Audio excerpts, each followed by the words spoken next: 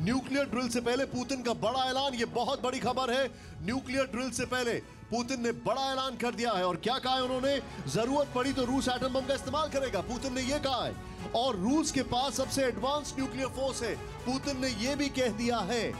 यानी कि ये जो सिचुएशन है ये डिसॉल्व नहीं हो रही है, एग्रवेट ज्यादा हो रही है। अशोक सर मेरे साथ हैं। अशोक सर, आप न्यूक्लियर वेपन्स की बात कोई इतनी आसानी से नहीं करता है, लेकिन एक और फैक्टर है जिसको जो अनडिनाइबल है वो ये है, जब कल की प्रेस कॉन्फ्रेंस में जो बाइडेन कहते हैं कि आई एम श्योर कि वो न्यूक्लियर वेपन इस्तेमाल नहीं करेंगे, तो सीधे तौर पर पुतिन कहते हैं कि नहीं हम करेंगे। इसका मतलब अब it's a ego fight, and यहां पर हमें रोनाल्ड रीगन और गोर्बाचेव नहीं दिखाई दे रहे। नहीं, आप ठीक कह रहे हैं निशांत। मुझे तो बहुत ये अचंभा हो रहा है, जो राष्ट्रपति पुतिन एक वर्ल्ड लीडर हैं, इतने बड़े लीडर हैं और इतनी बड़ी मिलिट्री पावर के, हालांकि उनकी इकोनॉमिक स्ट्रेंथ इतनी नहीं हो रूस की, पर उनकी मिलिट्री पावर को कोई डिनाई नहीं कर सकता है। और ये जो बातचीत है उनकी बहुत ही मेरे विचार से इरिस्पॉन्सिबल है।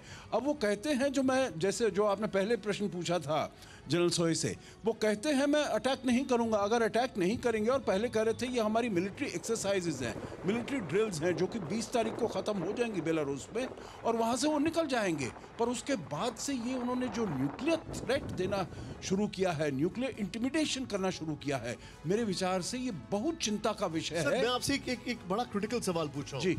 अमेरिकन इंटेलिजेंस के ऊपर मुझे तो कोई यकीन नहीं है, लोगों को पता नहीं कितना हो, हमें पता है इराक में उनका क्या इंटेलिजेंस था, लेकिन आपको नहीं लगता है कि American intelligence is in the trap of Russian manoeuvres?